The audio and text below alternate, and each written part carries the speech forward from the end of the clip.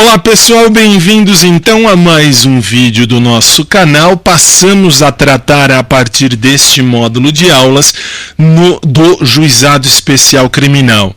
Relaxa que tudo se encaixa. Por que eu estou dizendo? Porque para você que estava assistindo o processo penal para Paraná, São Paulo, que seja, vamos continuar. Mas hoje eu tenho que começar e vamos tratar do Juizado Especial Criminal. Na sua tela, vamos lá, vamos trabalhar. Aqui, 9h53, hein? 9h53. Lei do Juizado Especial Criminal. Detalhe, cai em todas as provas do planeta Terra. Vejamos, vamos trabalhar. Primeira coisa, o artigo 98, eu vou começar pela Constituição, é isso mesmo? É isso mesmo. Olha lá, eu vou começar pelo artigo 98 da Constituição Federal, por quê? Porque olha lá, a Constituição Federal diz: a União, no Distrito Federal e nos territórios e os estados, portanto a União e os estados, a União no Distrito Federal e nos territórios, não tem mais, mas se vier a ter, terá nos territórios o que? Juizados especiais. Deixa eu ver se eu grifei. Juizados especiais, providos por juízes togados ou togados e leigos,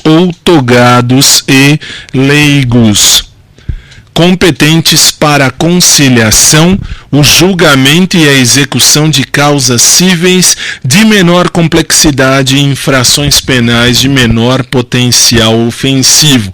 Para aí e vamos lá, vem para mim aqui, deixa eu trazer, para eu já começar te dando uma questão típica, mas é típica de prova. Qual? O juizado especial. Se você já fez a aula de juizado especial civil comigo, você já viu isso. Se não fez, vai ver agora que o juizado especial civil ou criminal, no nosso caso agora criminal, ele é provido por juízes togados ou togados e leigos. Professor, o que quer dizer isso? Quer dizer que o juizado especial tem um juiz ou mais juízes, e esse juiz, vamos pegar este juiz do juizado especial, ele é togado. Togado significa, é o juiz que prestou a prova de concurso público, passou na prova, tomou posse, entrou em exercício e está trabalhando. Mas aí vem a pegadinha master de prova. Por quê? Porque eu falo sempre para você, e repito agora aqui online, o quê? O juiz, ele pode ser um juiz leigo. Existe? Não existe. Não é que não existe. Existe no sentido de conciliador. Conciliador pode ser um conciliador, um juiz? Não, não pode. Mas ele faz, às vezes, de um juiz. Ele tenta conciliar antes de levar ao juiz. Na prova, eles vão usar o que diz a lei. Juiz togado e leigo. E aí eu digo, presta atenção. Por quê? Porque na sua prova, se você estiver com muita pressa, você vai falar, putz, juiz togado e leigo, tá certo, a lei diz que pode. E o que ele faz? O juiz, seja ele togado, aquele que prestou prova, passou e entrou, ou leigo, ele julga e executa as causas cíveis de menor complexidade e as causas criminais. Quais causas criminais? Os crimes de menor potencial ofensivo que você vai estudar comigo ao longo destas aulas. Possivelmente são 3 partes que a gente faz isso aqui, mas também se precisar estender não tem problema, mas você tem que saber que GCRIM, Juizado Especial Criminal, trata de quê? Trata de infrações penais de menor potencial ofensivo. Para aí. Vamos para a tela.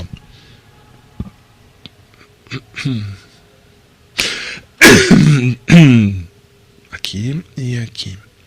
Ok, vamos lá. Olha lá. Agora vou para a lei. A lei, aqui é a Constituição Federal, agora estou no artigo 60 da lei do GCRIM, que é a lei dos juizados especiais, nós estamos falando do criminal.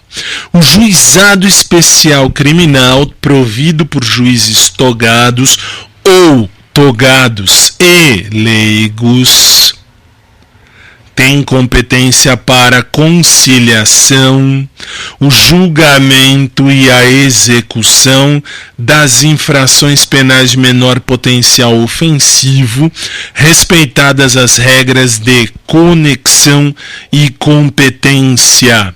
Conexão, eu coloquei aí para você no material de apoio. Conexão é tudo aquilo que tem anexo, é tudo aquilo que tem relação, é tudo aquilo que está configurado, ou melhor, é tudo aquilo que está ligado à infração penal. Tudo aquilo que tiver a ver, tudo que tem a ver com a infração penal está conexo. De acordo com a doutrina, só para você conhecer. Se você vai fazer São Paulo, preste atenção nesse detalhe. A conexão se divide em 3 espécies: intersubjetiva, objetiva e instrumental. De tudo isso, o que é que eu preciso que você saiba?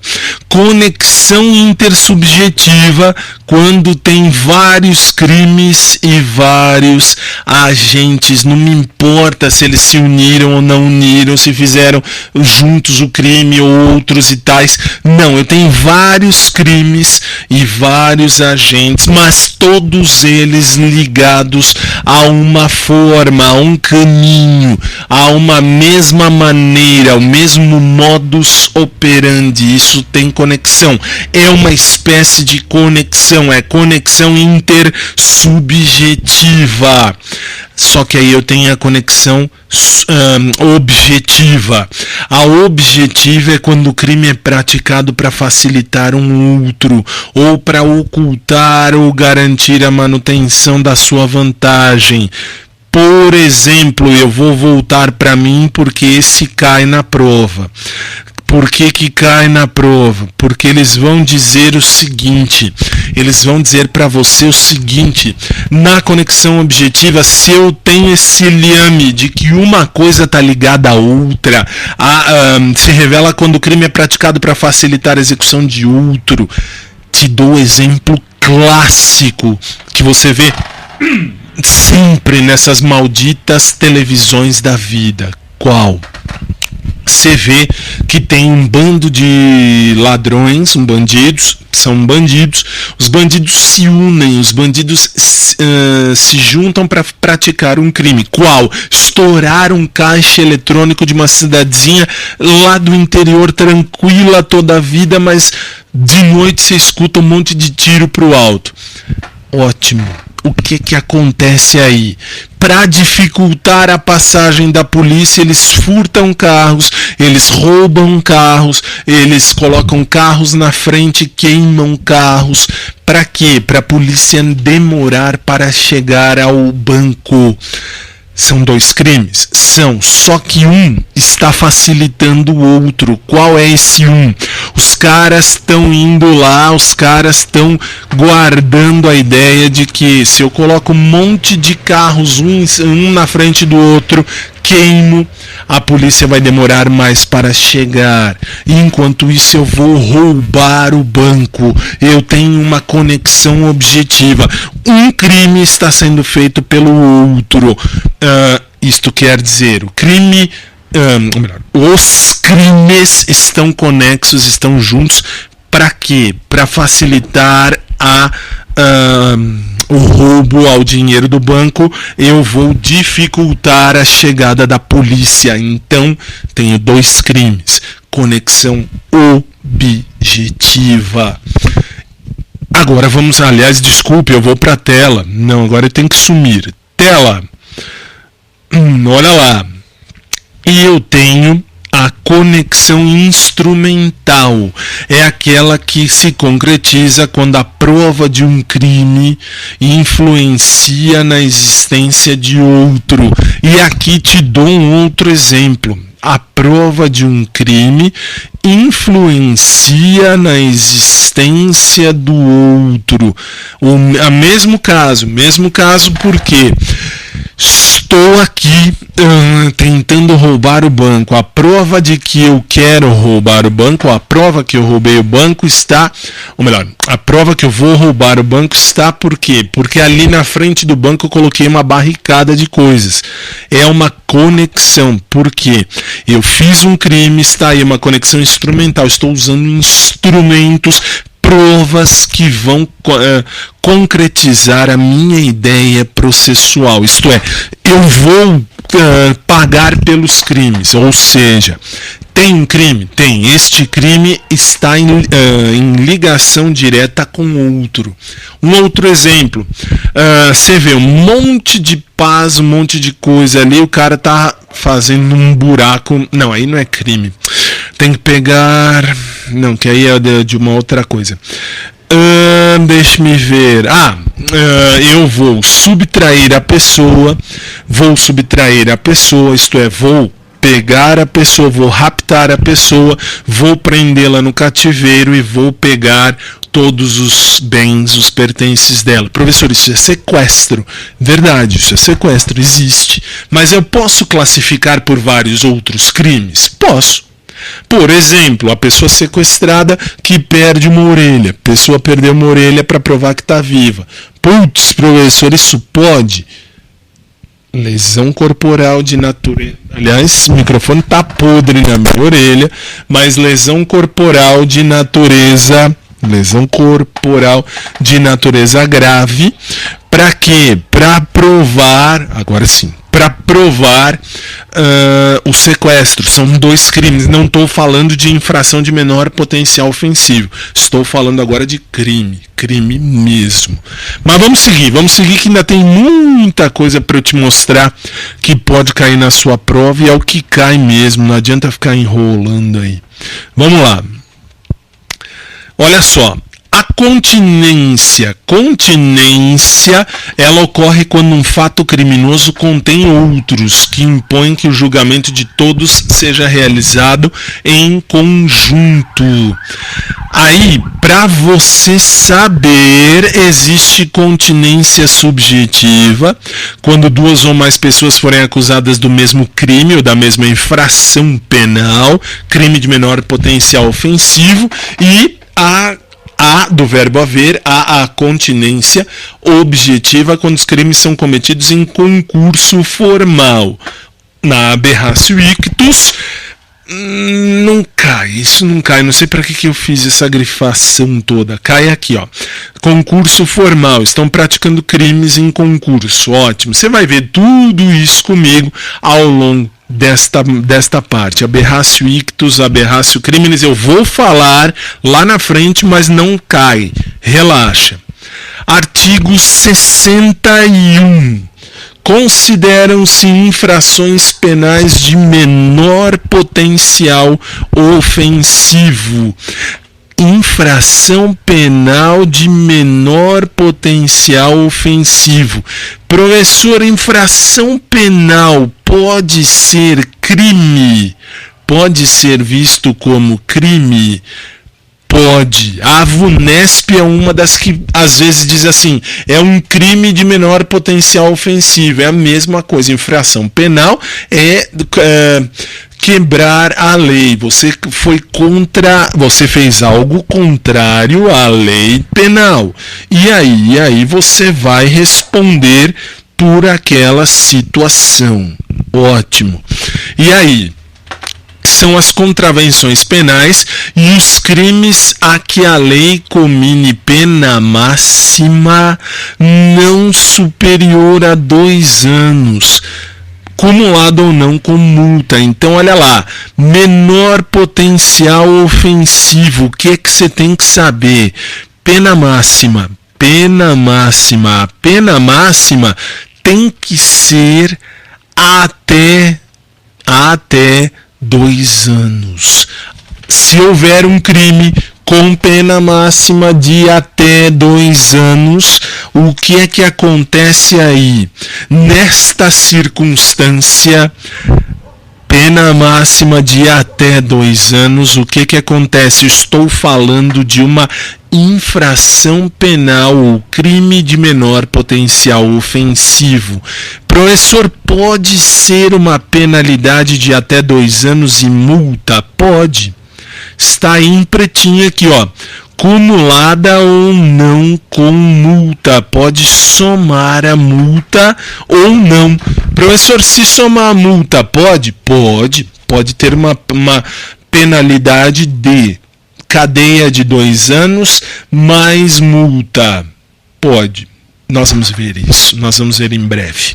Artigo 62. O processo perante o juizado especial orientar-se-á pelos critérios da oralidade, informalidade, economia processual e celeridade. Paramos, primeira parte. Por que primeira parte? Porque aqui nós temos os princípios que regem o juizado especial criminal. Juizado especial criminal e o civil também, mas o criminal também. Isto você tem que saber. Princípios que regem o juizado especial criminal. São eles: oralidade, informalidade, economia processual e celeridade. Oralidade. Por que oralidade?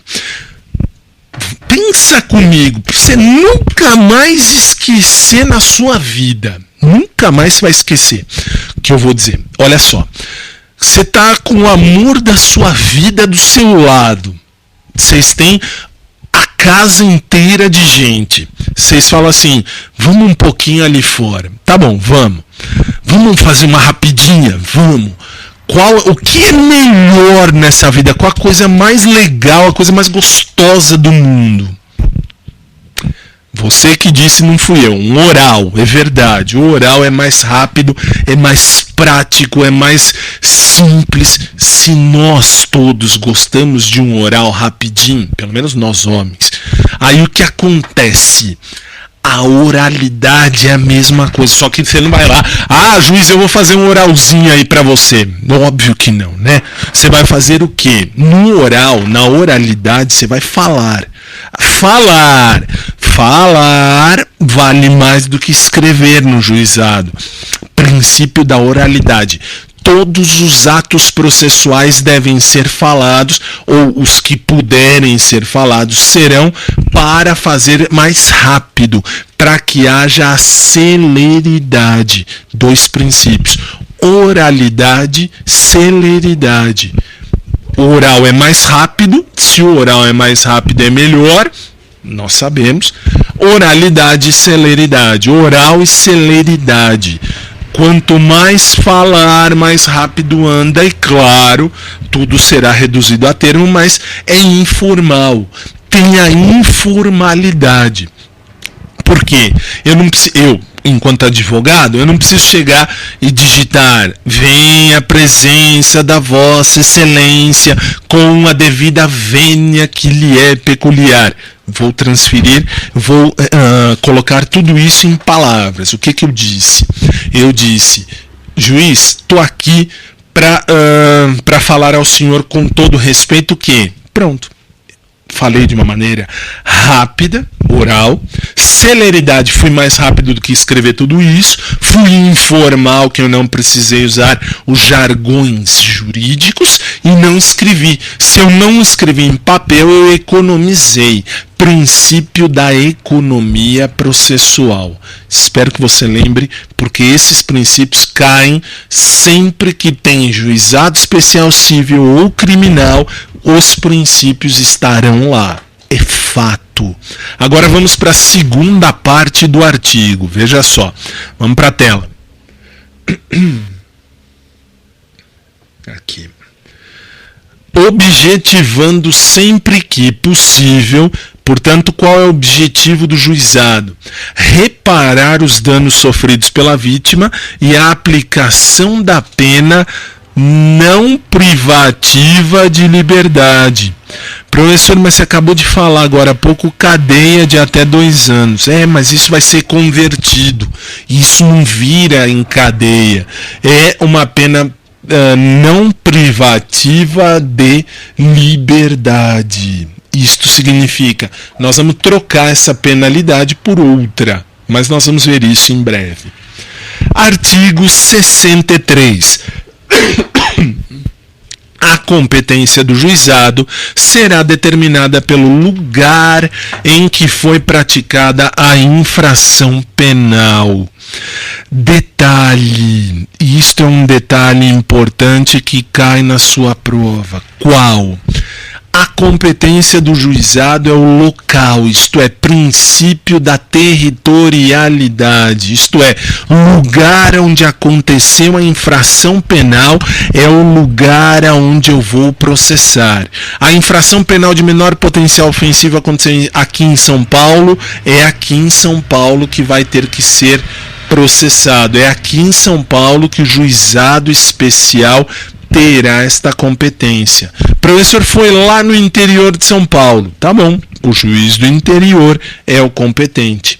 Aliás, hoje pela manhã, 5h30 mais ou menos, eu estava vendo na TV, no Hora 1 da Rede Bobo, que teve aí um caso lá no Litoral Sul, lá em Itanhaém, inclusive, onde eu costumo dar aula, numa das faculdades de lá, enfim. O que acontece? Lá eles estavam fazendo uma busca de coisas, tais, e foram pegar alguns caras aqui em São Paulo. E aí os de São Paulo foram encaminhados para lá. Tudo bem que não era juizado especial, mas aonde aconteceu é aonde vai ser julgado, é aonde terá esta competência, é aonde vai ter a jurisdição, aonde o Estado terá jurisdição. O Estado pode falar, o Estado pode aplicar a penalidade, aonde? No lugar onde aconteceu a infração. Para quê? Para facilitar, inclusive, a busca de provas, a produção de provas também. Ok? Vamos seguir. Olha lá. Artigo 64. Os atos processuais serão públicos e poderão realizar-se em horário noturno e em qualquer dia da semana, conforme dispuserem as normas de organização judiciária. Aí vem o detalhe. Professor, eu fiz aula com você de constitucional e lá em constitucional você me falou assim: o policial só pode entrar na minha casa das 8 da manhã às 6 horas da tarde. Depois desse horário ele só pode se estiver em flagrante delito, se estiver flagrante delito, se tiver algum problema com o cidadão, vou salvar de um problema, ou se ele me autorizar. Verdade? Verdade. Então, cuidado agora. No artigo 64, os atos processuais são públicos e podem se realizar no horário noturno? Podem, desde que tenha a ordem judicial. Desde que tenha o aval daquela pessoa. Por isso, das 6 da manhã, desculpe, falei 8. Acho que eu falei 8, mas é 6 horas da manhã. De 6 da manhã às 18 horas. Desculpe, veio na cabeça agora, perdão. Aí você vai dizer, por que eu lembrei? Porque lá naquele jornal que eu estava assistindo de manhã, a repórter, acho que Mona Lisa Perrone, se não me falha a memória, ela estava dizendo que estava esperando das 6 horas da manhã para fazer as buscas, e é verdade, porque horário noturno não pode. Embora a lei do GCRIM permita e na prova cai, e na prova eles vão te perguntar, vão dizer que os atos processuais são públicos e, por exemplo, busca e apreensão é um ato processual. busca e apreensão é um ato que está dentro do processo. Todo ato que está sendo praticado dentro daquele processo, ele pode ser realizado em horário noturno, em qualquer dia da semana. Aí vem a pergunta clássica de prova quando tem juizado especial. Pode fazer de fim de semana? Pode, porque fim de semana, que eu saiba, aqui, cá para nós que ninguém nos ouça. Professor, sábado e domingo é dia de semana? É dia de semana, faz parte da semana. Pode? Pode. Qualquer dia da semana, não importa. Não importa. Cuidado. Na prova, se cair inconstitucional, lembra que só pode depois das 6 da manhã e até às 18 horas. Depois só em flagrante delito, tal, com consentimento do morador. Mas, na lei, se cair nos juizados, pode. À noite é permitido. Tá aí. Poderão realizar-se em horário noturno e em qualquer dia da semana. Ok, vamos para a tela. Olha lá. Agora, artigo 65. Os atos processuais serão válidos sempre que preencherem as finalidades para as quais foram realizados. Não importa o resto. Cai na prova aqui, ó. Os atos processuais serão válidos sempre que preencherem as finalidades. Atingiu o fim. Que fim? Fim, finalidade. O fim, a finalidade do ato. Qual era, por exemplo, busca e apreensão. Eu consegui buscar e apreender o ato. Pode, ou buscar e apreender a coisa. Consegui, atendi a finalidade. O ato processual era busca e apreensão. Consegui, então está realizado. Preencheu a finalidade. Aí vem uma pergunta clássica de prova, no parágrafo 1º. Não se pronunciará qualquer nulidade sem que tenha havido prejuízo. Prejuízo para quem? Prejuízo para as partes, qualquer uma das partes. Não tem nulidade, o ato não é nulo se não produziu prejuízo, se não deu prejuízo para ninguém. Prejuízo financeiro, financeiro, psicológico, qualquer prejuízo, qualquer tipo de prejuízo, se causou para qualquer das partes, autor ou réu, aí tem um ato que é nulo. Um ato só é nulo se ele não atingiu a finalidade que ele tem, mas se ele não atingiu a finalidade gerando um prejuízo. Gerou prejuízo? Gerou. Se gerou prejuízo e não atingiu a finalidade, está nulo. Agora, se atingiu a finalidade, não interessa se causou prejuízo ou não. Como assim? Vou fazer uma busca e apreensão de um objeto.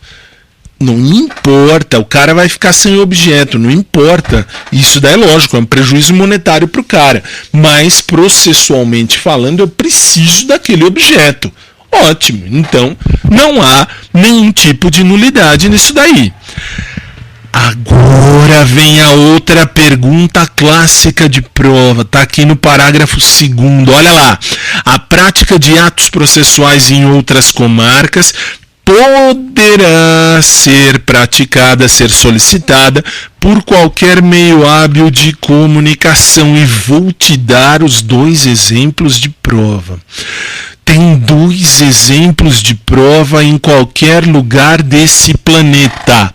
Por que do planeta? Porque sempre quando cai, não importa qual seja a banca examinadora, eles vão te perguntar e vão te dizer assim: o cara está na cidade A, isso, e o processo está sendo realizado na cidade B.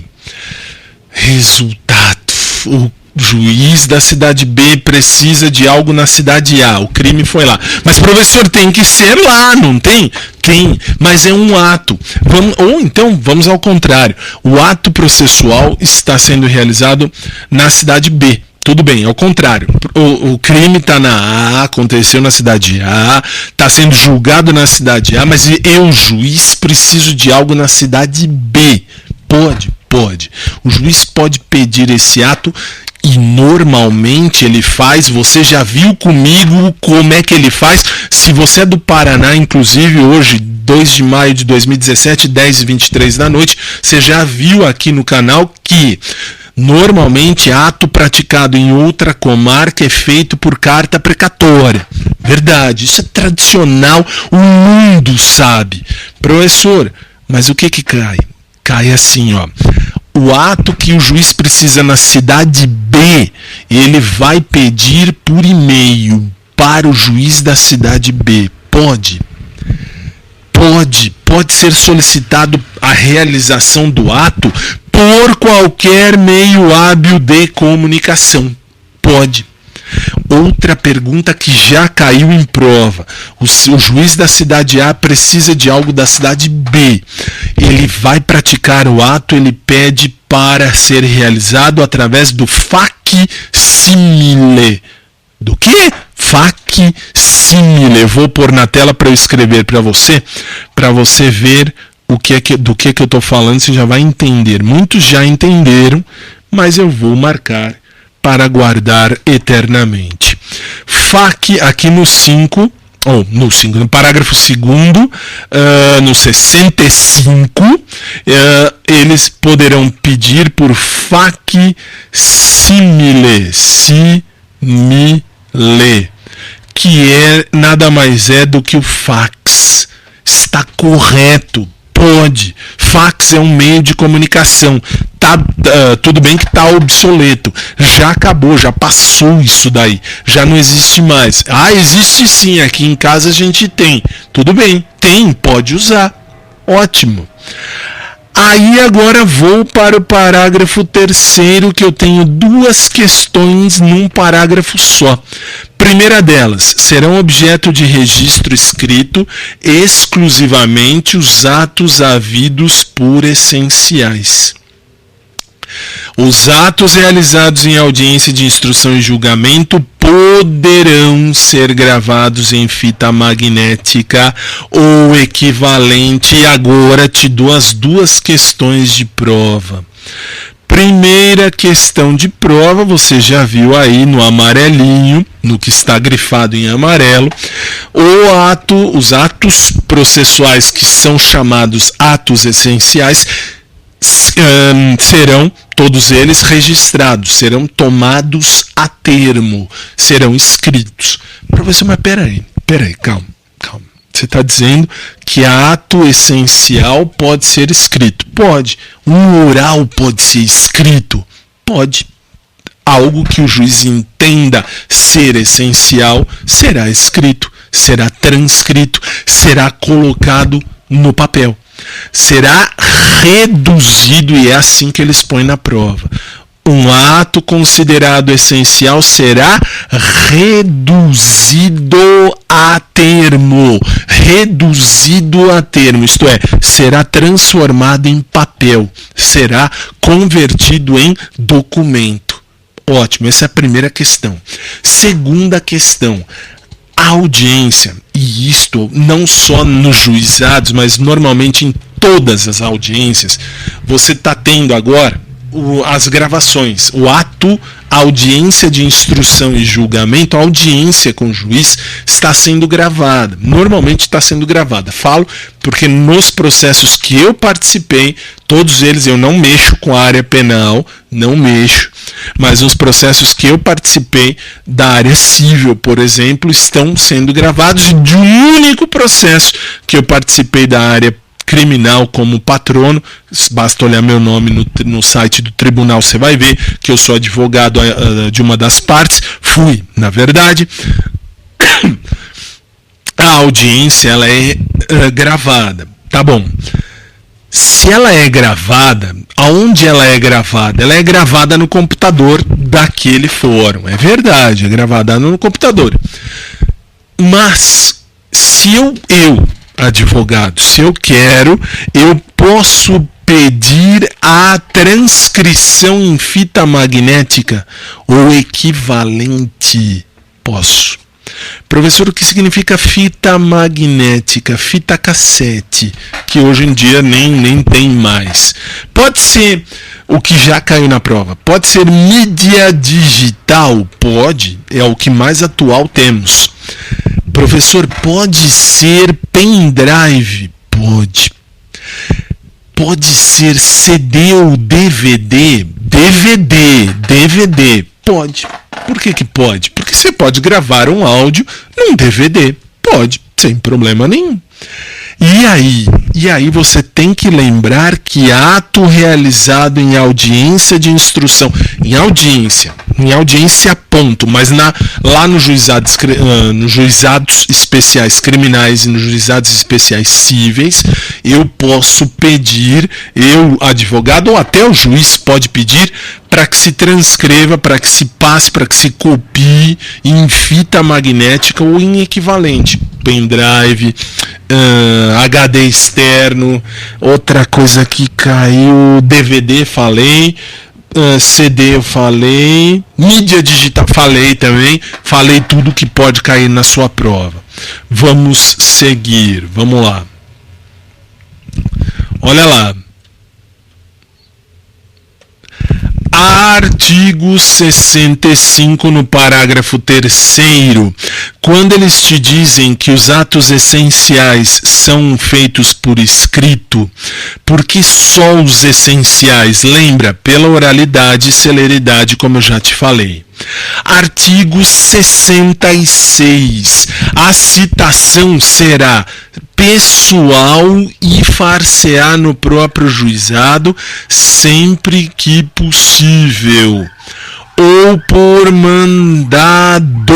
Eu disse mandado com D de doido e não com T de tonto. Vamos lá. Vamos lá, aqui, deixa eu trazer para mim. Olha lá, aí você viu comigo que a citação é sempre pessoal. Como é que eu vou citar pessoalmente? Se o cara vai no juizado, leia-se. Se o cara está ali, ou se o cara foi até ali, ele pode ver, lembra, lá no rol de entrada tem os processos de citação por edital também, mas nesse caso não, a citação é pessoal. Então cuidado agora. Se o cara foi no juizado especial criminal, o cara está lá pessoalmente, qualquer servidor pode citar? Sim, no juizado, qualquer servidor, inclusive o juiz, poderá citar o réu. Pode por mandado, e eu disse mandado com D de doido e não com T de tonto. D de doido porque mandado, ordem judicial. Mandato com T de tonto, procuração, outorga de poder. Ótimo. Mandado de citação. O juiz vai escrever assim, na verdade não é o juiz, mas na prova é o juiz. O juiz escreve, por esse documento, cite-se fulano de tal, na rua tal, número tal, para que responda, bom, enfim, é uma carta. O mandado de citação é uma carta, ordem do juiz, citando a pessoa. Cuidado, a pessoa deverá receber ela mesma, portanto, a citação pessoal. Já vi cair na prova se a citação é feita por carta com a R. Pode, mas normalmente quem cita é o oficial de justiça. Mas pode ser citado também por carta, desde que com a R, aviso de recebimento, e com a expressão mão própria. Por que mão própria? Porque vai para aquela pessoa e só aquela pessoa pode receber. Professor, e se não achar o acusado? Vamos para a tela, olha lá. Parágrafo único. Não achou acusado. Não achou acusado para ser citado, o juiz encaminhará as peças existentes ao juízo comum para a adoção do procedimento previsto em lei, que é o rito ordinário ou o rito sumário. Isto quer dizer, se o juiz, ou melhor, se o oficial de justiça não encontrar o acusado, ele volta com tudo e o juiz manda todo o processo, todas as peças processuais para o juiz, para o tribunal, para o fórum, não para o tribunal, mas para o fórum, para ir pelo rito ordinário ou pelo rito sumário, que é o rito comum, vamos chamar assim, não é o juizado especial. Cuidado, sempre que o juiz não encontrar o acusado, quer seja pelo mandado, por oficial de justiça, por carta, pessoalmente no fórum, se eu não encontro o cara, o juiz pega tudo aquilo, pega todo aquela documentação, vamos chamar assim, e todos os autos processuais e encaminha. Para quem? Ele encaminha para o juiz competente. Leia-se, o juiz do fórum, o juiz da vara criminal comum. Ótimo. Vamos para a tela. E aí vamos ver. Agora, artigo 67, a intimação. A intimação será por correspondência com aviso de recebimento pessoal. Se eu for citar, é pessoalmente. Se eu for intimar, é só por carta. Ou tratando-se de pessoa jurídica, são 3 questões aqui. Primeira questão, intimação só por carta. Intimação tem que ter o aviso de recebimento pessoal ou, como diz na prova, deve ter a expressão. Se estiver na sua prova assim, ó, aviso de recebimento com a expressão mão própria, está correto, vai para a mão daquela pessoa e só aquela pessoa. Agora, se é uma pessoa jurídica, se é uma empresa, a empresa vai ser citada ou firma individual. Basta o encarregado da recepção receber e quem deverá ser identificado, ele tem que ser identificado, aliás, quem será identificado é o recepcionista. A pessoa da recepção é quem vai receber esta intimação. É ela quem assina pela empresa. Professor, se for oficial de justiça, independentemente de mandado ou carta precatória ou por qualquer meio idôneo de comunicação, o oficial de justiça pode e deve fazer a intimação pessoal, sem qualquer documento. Ele não precisa do mandado indo para lá ou da carta precatória. Ele pode e vai, tudo bem que ele vai com um documento com a ordem do juiz, mas ele não depende, independentemente de mandado ou carta precatória. Se o oficial de justiça for, ele fará a citação pessoal, a intimação pessoal, e destes atos praticados em audiências, tudo que for feito em audiência, inclusive a intimação, se ela for feita em audiência, já está cientificada a parte, o interessado, o advogado, todos da audiência já saem notificados. Quem estiver em audiência já sai notificado, já estará ali notificado. Muito bem, já estará ali devidamente notificado para tal. Deixe-me ver, acho que aqui é só isso de pergunta, pelo menos que eu me lembre, só, aqui só. Artigo 68 do ato, artigo 68 do ato de intimação do autor do fato e do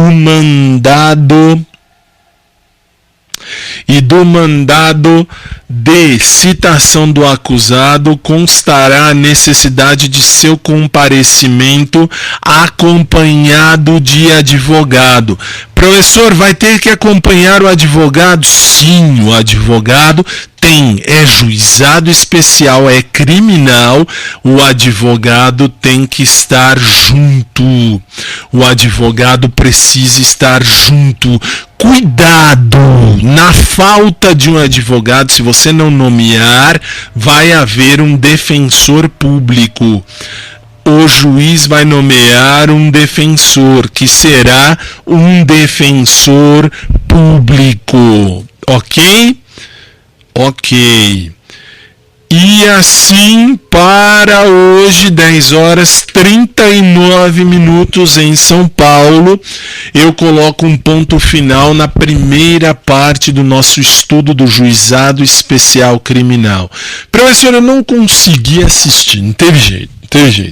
Não, relaxa, que a matéria fica aí e você pode assistir a qualquer hora e pode me mandar mensagem. Eu demoro às vezes para responder porque tem muita mensagem mesmo, muita mesmo, mas eu respondo, leio uma por uma e respondo.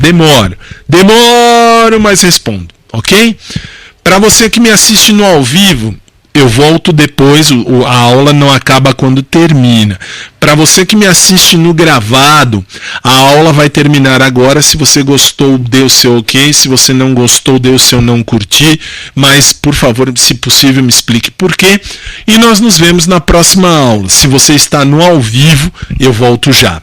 Para você do gravado, obrigado.